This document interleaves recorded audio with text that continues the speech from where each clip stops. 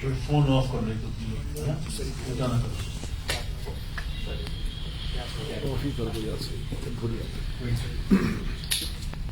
सभी पत्रकार बंधुओं का इस प्रेस वार्ता में बहुत बहुत स्वागत, खास करके जो तेलुगु मीडिया से साथी आए हैं। आज एक खुशखबरी के साथ आपके सामने पेश हो रहा हूं। अरविंद केजरीवाल जी पूरे देश के भीतर किस प्रकार से ऑल्टरनेटिव पॉलिटिक्स के मसीहा बन के उभरे हैं, हमने कई बार आपके साथ साझा किया है। वो जो एक भाजपा के साथियों के आगे जो एक सवाल पूछा करते थे, in spite of all failures, वो पूछा करते थे भाई मोदी नहीं तो कौन। तो सोचते थे भाई राहुल का, जब राहुल का नाम लेंगे तो बोले नहीं राहुल नहीं चाहिए। तो अब वो जवाब देश के हर कोने से आ रहा है कि मोदी नहीं तो केजरीवाल। एक ऑल्टरनेटिव पॉलिटिक्स के मसीहा, काम की राजनीति के मसीहा, जो धर्म और जाति और क्षेत्रवाद की राजनीति से ऊपर उठकर काम की राजनीति, एक आशावादी राजनीति, जो हर तरफ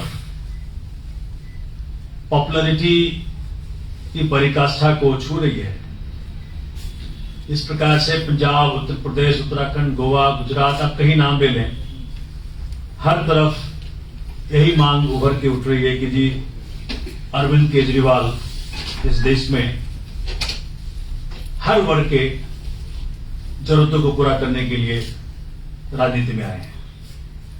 आज मैं, चूंकि तेलंगाना स्टेट आम आदमी पार्टी का मैं इंचार्ज हूं, तो तेलंगाना से भी एक खुशखबरी लेकर के आया हूं। एक शख्सियत जो कि तेलंगाना के तेलुगु चैनल्स पे काफी फैमिलियर फेस, जो कांग्रेस में पहले, फिर बाद में वाईएसआरसीपी के अंदर अच्छा कद रखती हैं। उनका नाम है इंदिरा सोभन जी, जो मेरे बगल में बैठी हैं। आज हम उनको विधिवत रूप से, सवेरे हमने अपने, मेरे पार्टी के सीनियर नेता और दिल्ली के माननीय उप मुख्यमंत्री श्री मनीष सिसोदिया जी के माध्यम से उनको पार्टी में इंडक्ट किया, उनका स्वागत किया। तो आपके साथ साझा करते हुए खुशी हो रही है कि इंदिरा सोभन जी, जिनसे वाकिफी तेलंगाना के करीब हर उस साथी को है जो कि तेलंगाना पॉलिटिक्स में रुचि रखते हैं। इनका बैकग्राउंड काफी धनी है। तेलंगाना का जब सेपरेशन हुआ आंध्र प्रदेश से, उस वक्त इन्होंने बहुत बड़ी भूमिका निभाई। और जिस प्रकार से केसीआर ने उस वक्त के मूवमेंट के अंदर ये वादा किया था, उन्होंने, जो माननीय मुख्यमंत्री अभी तेलंगाना के, कि हम तो एक गिलास चावल में गुजारा कर लेंगे। लेकिन उनका एक गिलास चावल बहुत महंगा गुजरा तेलंगाना के लोगों को, बहुत कॉस्टली। और आज तेलंगाना का पॉलिटिक्स भाई भतीजावाद से भरा हुआ है। उन्हीं के परिवार के लोग, एमपी, एमएलए, एमएलसी, सभी। तो जो लोगों ने तेलंगाना में इतनी मेहनत की, इतनी तैयारी की, इतना योगदान दिया, इतना बलिदान दिया, उनका आज के तारीख में कोई नाम नहीं है। और जिनका योगदान नहीं रहा, जिन्होंने ये कहा कि हम एक गिलास चावल में गुजारा कर लेंगे, उन्हीं का परिवार हर तरफ बढ़ा हुआ है। 2014 में इंदिरा जी ने ऑफिशियल स्पोक्स पर्सन तेलंगाना प्रदेश कांग्रेस कमेटी में जिम्मेदारी ली और 2021 मार्च तक करीब करीब वहां रहे। उसके बाद वाईएसआरसीपी के अंदर वाईएसआरटीपी के अंदर इन्होंने ये दायित्व उठाया, लेकिन ये उनका मन वहां भरा नहीं। काफी समय से मेरे संपर्क में थे और वहां के सोशल मुद्दों के ऊपर, खास करके महिला सेंट्रिक मुद्दों के ऊपर इनका काफी योगदान रहा है, बहुत संघर्ष किया है। तो आज मैं नेशनल कन्वीनर आम आदमी पार्टी श्री अरविंद केजरीवाल जी के बिहाफ पर उनका पार्टी में स्वागत करता हूं। आज उनका विधिवत रूप से मनीष जी ने पार्टी में स्वागत किया सवेरे, और आज मैं आप सबके साथ ये बात साझा करके खुश हो रहा हूं। धन्यवाद।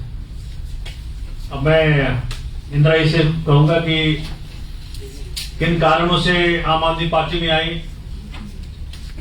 ये इनके मन में जो भाव है आम आदमी पार्टी के बारे में, मैं चाहूंगा कि ये आप उनसे ही सुने, क्योंकि जिन कारणों से पार्टी में आई हैं वो कारण जानना बहुत जरूरी है पूरे हिंदुस्तान को, कि क्यों अरविंद केजरीवाल जी ऑल्टरनेटिव पॉलिटिक्स के मसीहा बन के उभरे हैं और किस प्रकार से देश के कोने कोने से लोग उनके इस कद को देखते हुए, उनके इस व्यक्तित्व को देखते हुए प्रभावित हो रहे हैं। इंदिरा जी अब आपके साथ बात साझा करेंगे।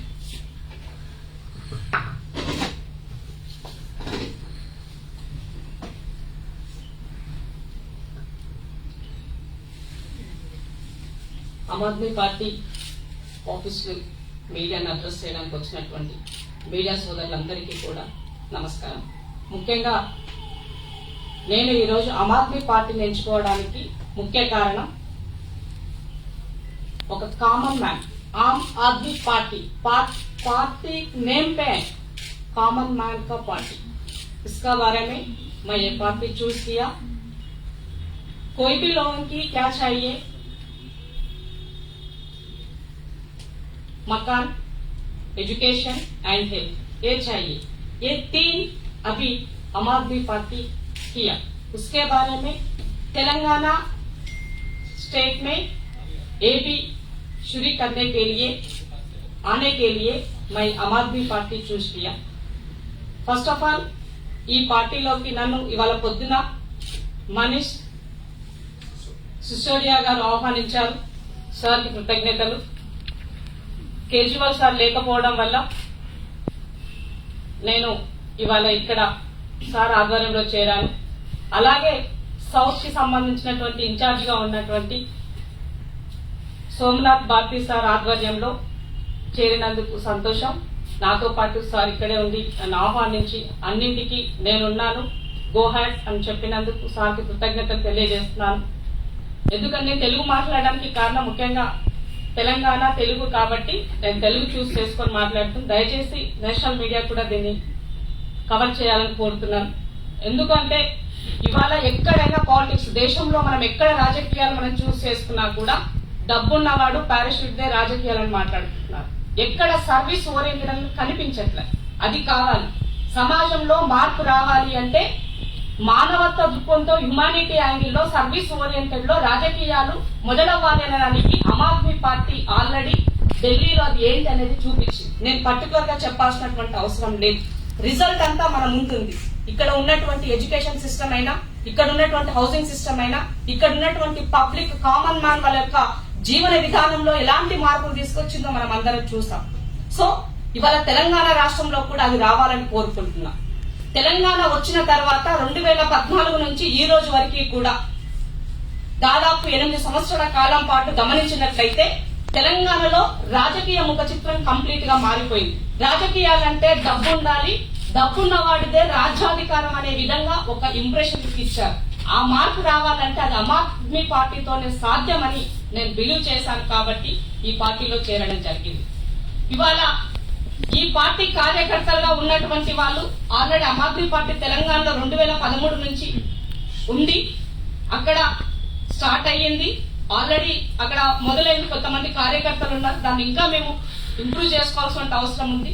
తప్పకుండా తెలంగాణలో కామన్ మ్యాన్ పార్టీగా ఉన్నటువంటి ఆమ్ ఆద్మీ పార్టీ ఆల్టర్నేట్ అనే దిశగా తీసుకురావడం కోసం నా శాయశక్తుల ప్రయత్నం చేసి కష్టాల్లో ఉన్నటువంటి ప్రజలందరినీ కూడా, లీడర్లందరినీ కూడా, ఎడ్యుకేటెడ్ పీపుల్స్ ని కూడా, ఎక్కడ ఏమి చేయలేము నిస్సహాయంలో ఉన్నటువంటి వాళ్ళందరినీ కూడా ఒక వేదికపైకి తీసుకురావడం కోసం తప్పకుండా నేను నా యొక్క కృషిని చేస్తాను, పార్టీని నిలబెడతాను. రేపు వచ్చేటువంటి దాంట్లో ఆల్టర్నేట్ ఆమ్ ఆద్మీ పార్టీ, ఒక మహిళ, నేను ఒక సాధారణ కుటుంబం నుంచి, ఒక రూరల్ బ్యాక్గ్రౌండ్ నుంచి వచ్చినటువంటి మహిళని ఇవాళ ఢిల్లీలో ఆమ్ ఆద్మీ పార్టీ స్థాయికి వచ్చానంటే అది నేను చేసినటువంటి నా కష్టం, నా కృషి, నా ఫలితం. ప్రజల కోసం నేను నిలబడ్డ తీరే.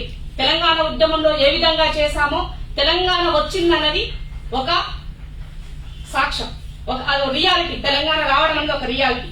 కానీ ఇవాళ తెలంగాణ ఎందుకు రావాలని కోరుకున్నామో ఆ హక్కులు అన్నది ఎక్కడా కూడా రాలేదు. నీళ్లు, నిధులు, నియామకాలని చెప్పినటువంటి ఈ 3 సోర్సెస్ పైన తెలంగాణలో ఎక్కడా కూడా ఎక్సైజ్ జరగట్లేదు, ఆ రకంగా అడుగులు వేయట్లేదు. దోచుకో దాచుకో ఈ రెండింటిపైనే తెలంగాణలో జరుగుతుంది. కంప్లీట్ కరప్షన్, ఎక్కడ చూసినా కరప్షన్. ఇక్కడ ఉన్నటువంటి బీజేపీ పార్టీ కేంద్రంలో ఉంది, ఇవాళ తెలంగాణలో పాగా వేయడం కోసం తహతహలాడుతుంది. ఎందుకు అని అడుగుతున్నాం. మొన్నటి వరకు కేంద్ర ప్రభుత్వం అంటే బీజేపీ పార్టీ, టీఆర్ఎస్ పార్టీ రెండూ కూడా ఒకే లైన్ లో, ఒకే ములాఖతులో పనిచేస్తున్నారు. అన్ని రకాలుగా అన్నింటికి వాళ్ళ అడుగులకు మడుగులెత్తుతూ టీఆర్ఎస్ పార్టీ కేసీఆర్ నరేంద్ర మోదీతో బడా మోదీ, చోటా మోదీ తెలంగాణలో మాట్లాడతారు. కేసీఆర్ గారిని చోటా మోదీ అంటారు అక్కడ. ఎందుకంటే ఆయన కూడా అన్ని యాక్ట్ చేయడము, నటించడము, మోసం చేయడము తనకున్నటువంటి కళ. మాట ద్వారా మాటలు చెప్పి ఏమంటారు మాయల మరాఠీ లాగా బిహేవ్ చేసినటువంటి ముఖ్యమంత్రికి నరేంద్ర మోదీ ఎగ్జాంపుల్. ఎందుకంటే అన్ని ఆయన సేమ్ ఒకే పోలికల్లో పనిచేస్తారు కాబట్టి. అభివృద్ధి అనేది ఎక్కడా ఉండదు. అభివృద్ధి కేవలం వాళ్ళ యొక్క పేపర్ లో ఉన్నటువంటి తాటకాయ అక్షరాల పైన అభివృద్ధి ఉంటుంది తప్ప గ్రౌండ్ రియాలిటీలో ఎక్కడ అభివృద్ధి, డెవలప్మెంట్ అనేది కనిపించడం లేదు. ఇప్పుడు బీజేపీకి కొంచెం ఆశ కలిగింది. అక్కడ కొన్ని ఎంపీ స్థానాలు వచ్చిన తర్వాత, మేము పవర్ లో రావాలని వచ్చిన తర్వాత ఇప్పుడు టీఆర్ఎస్, బీజేపీ రెండు కొట్లాడుతున్నట్టు యాక్ట్ చేస్తున్నారు. కానీ అది నిజమైనటువంటి రియాలిటీ కాదు. నిజంగానే తెలంగాణలో భారతీయ జనతా పార్టీ పాగా వేయాలని ఆలోచిస్తే ఫస్ట్ ఆఫ్ ఆల్ ఆయన చేయాల్సింది ఏంది, కేసీఆర్ చేసినటువంటి కరప్షన్ పైన ఆయన చెయ్యాలి. కానీ ఆ కరప్షన్ పైన ఎక్కడ చేయకుండా మాటలతో మాత్రమే నిన్ను జైల్లో వేస్తానని పదే సార్లు ప్రజల్ని మభ్య పెడుతున్నారు తప్ప జరగట్లేదు. కాబట్టి వాళ్ళిద్దరూ ఒకటే. కేసీఆర్ కి ఇక్కడ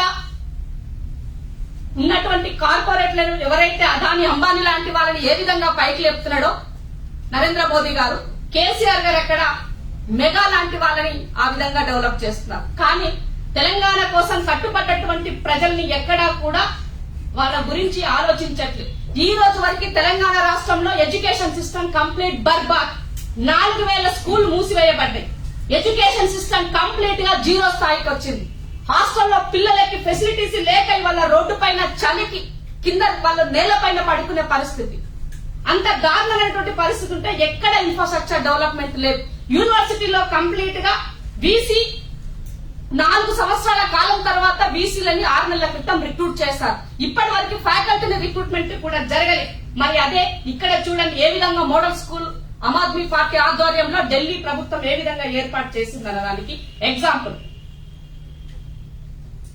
కాబట్టి ఇవాళ ఈ దేశంలో ఏకైక పార్టీ ఆమ్ ఆద్మీ పార్టీ, నరేంద్ర మోదీకి ధీటుగా నిలబడి ఎదుర్కోగలటువంటి ఏకైక పార్టీ ఆమ్ ఆద్మీ పార్టీ అని నేను విశ్వసిస్తున్నా. ఎందుకంటే ఒక కామన్ మ్యాన్ గా ఉన్నటువంటి అరవింద్ కేజ్రీవాల్ గారు నరేంద్ర మోదీని ఎదిరించి దేశానికే గుండెకాయనటువంటి ఢిల్లీలో బాగా వేసిందంటే దానికి అర్థం తనకు ఉన్నటువంటి గట్స్ ఏంటి, ప్రజల పట్ల తనకు ఉన్నటువంటి విశ్వాసం ఏంటి అనేది. సో అదే విధంగా తెలంగాణలో కూడా రాబోయే రోజుల్లో ఇదే కొనసాగుతుందని నేను నమ్ముతున్నా, విశ్వసిస్తున్నా. ఇవాళ ఎటు కాకుండా చాలా మంది కార్యకర్తలు అయ్యుండొచ్చు, లీడర్లు అయ్యుండొచ్చు, పని చేయాలని సర్వీస్ ఓరియంట్ లో ఉన్నటువంటి వాళ్ళు ఏ పార్టీకి వెళ్లాలో అర్థం కాదు. ఇక కాంగ్రెస్ పార్టీ తెలంగాణ ఇచ్చినని చెప్పుకుంటుందే తప్ప ఏనాడు కాంగ్రెస్ లో కాంగ్రెస్ పార్టీ ఆ రాష్ట్రంలో ఉన్నటువంటి సమస్యల పట్ల చిత్తశుద్ధితో పోరాటం చేయలే. దాని పని అయిపోయింది. ఆ లీడర్లంతా కూడా టీఆర్ఎస్ కేసీఆర్ కి అమ్ముడు పోయినటువంటి లీడర్లే. ఇవాళ నేను మాట్లాడుతున్నా, గతంలో కూడా చెప్పిన, విత్ ఇన్ పార్టీలో ఉన్ననాడు కూడా నేను కాంగ్రెస్ పార్టీ పైన ఇదే స్టేట్మెంట్ చేశా. వాళ్ళకి ఎప్పుడూ కూడా గ్రౌండ్ రియాలిటీ ఏంటి అన్నది తెలుసుకునేటువంటి సోయి అవగాహన వాళ్ళకి లేదు. వచ్చేది వస్తుంది, పోయేది పోతుంది, మేము ఉన్నాం నడుస్తుందని అనుకుంటారు తప్ప ఎక్కడ గ్రౌండ్ లో రియాలిటీగా పనిచేసే పరిస్థితిలో కాంగ్రెస్ లేదు. బీజేపీకి తెలుసు, మీకు నేను ఎక్కువ చెప్పాల్సిన అవసరం లేదు. దేశంలో ఏవేవి ఎక్కడ వేలం వేసి ఏ విధంగా అమ్ముతున్నారు, ఉద్యోగస్తులు ఏ విధంగా రోడ్డు మీదకి ఇచ్చినారు, ఎన్ని కంపెనీలు నిర్మించాలంటే కష్టం, కానీ దాన్ని డిస్ట్రాయ్ చేయాలంటే ఫ్రాక్షన్ ఆఫ్ సెకండ్. ఇవాళ డిస్ట్రాయ్ దిశగా ఈ దేశం వెళ్తున్నది. కాబట్టి ఆ దాంట్లోనే మనం అందరం యాజ్ అ సిటిజన్ గా పొలిటికల్ గా మాకెంతో ఉన్నదో ఫోర్త్ ఎస్టేట్ లో భాగమైనటువంటి మీడియాకు కూడా అంతే బాధ్యత ఉందని సందర్భంగా తెలియజేస్తున్నాం. ఎందుకంటే ఈ శకం ముగిసిపోయిన తర్వాత భావితరాలకు మనకి ఇవ్వడానికి ఏమీ లేదు మన దగ్గర. ఇవాళ భారతీయ జనతా పార్టీ ఆ దిశగా అడుగులు వేస్తుంది. ఒకటే మాటలో చెప్పాలి, భారతీయ జనతా పార్టీ ఏంటి అంటే ఎవ్రీ టైం చెప్తా, బీజేపీ ఫుల్ ఫామ్ బడా జూటా పార్టీ. బీజేపీ బడా జూటా పార్టీ, ఇస్కా డెఫినేషన్. ఎక్కడైనా తప్పులు చేసిన ఈ దేశంలో కేర్ ఆఫ్ అడ్రస్ బీజేపీ. అన్ని మాఫీ. మీ పైన ఏది ఈడీ కేసులైనా, మీ పట్ల ఎంత అవినీతి కేసులున్నా కానీ భారతీయ జనతా పార్టీకి వచ్చినట్లయితే అన్ని మాఫీ అనే విధంగా దాని యొక్క పరిస్థితి ఉన్నది. కాబట్టే ఈ దేశ పరిస్థితిలో ఉన్నది.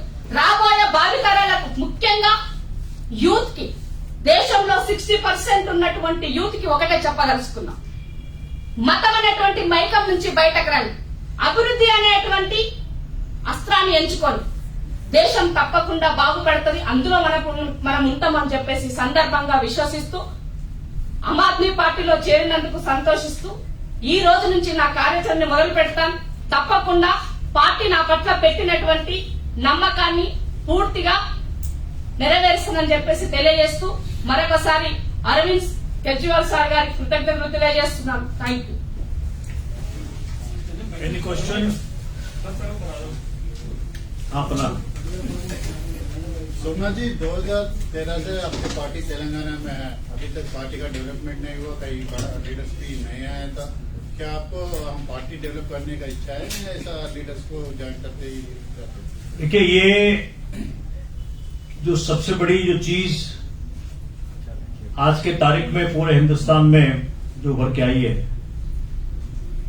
आम आदमी पार्टी अरविंद केजरीवाल दोनों देश के कोने कोने में बैठे लोगों के मन में आए हुए हैं। तेलंगाना के अंदर मैंने पहली बार 2015 में स्टेट लेवल विजिट किया था, पूरा हर डिस्ट्रिक्ट गया था। और आज के तारीख में 119 के 119 विधानसभाओं के अंदर हमारा काडर है। मुझे लगता है कि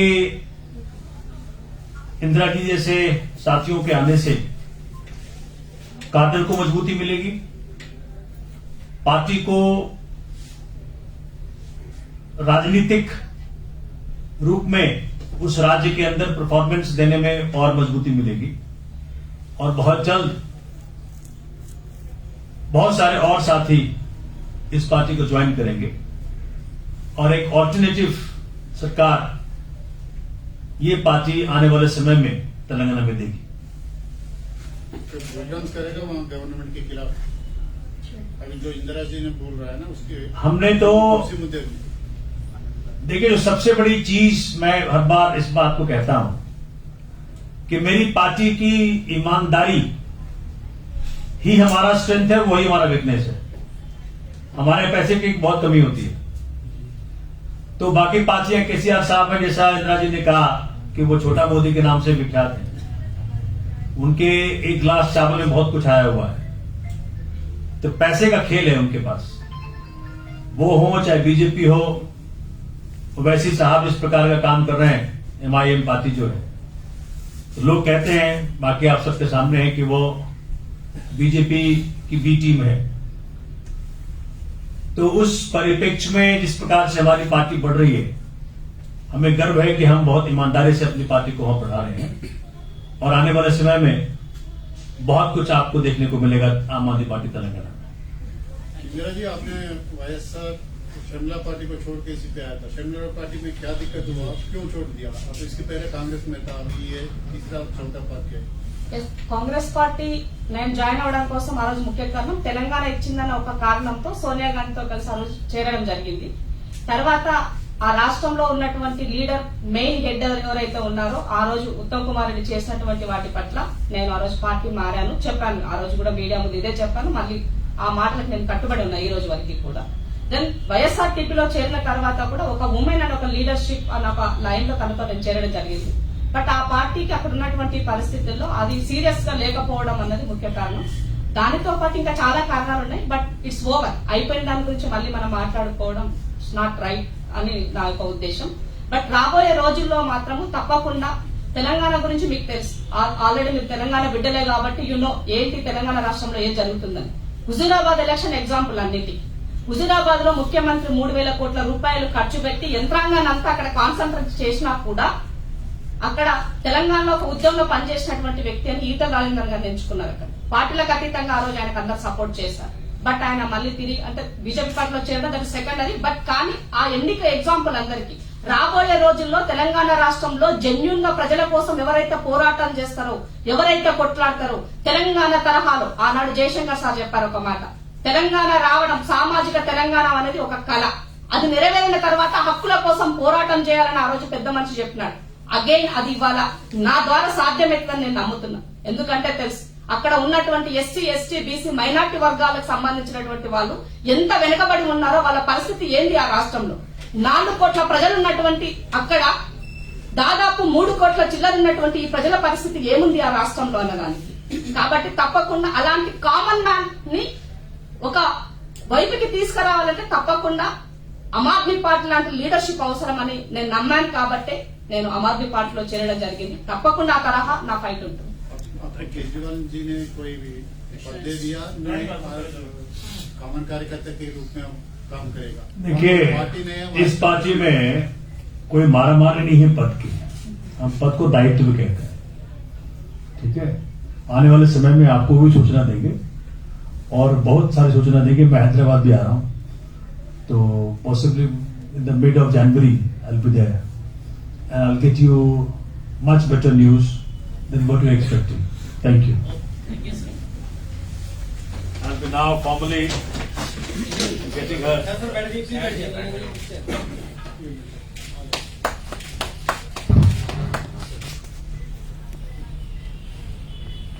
So, heartiest welcome to you. Thank you. And I promise you will be giving you all possible support to develop Telangana as it was initially thought of. जिन्होंने तेलंगाना की लड़ाई लड़ी ना, उनके लिए आइए।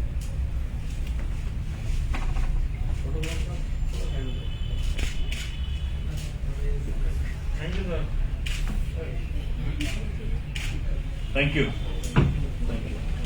Thank you.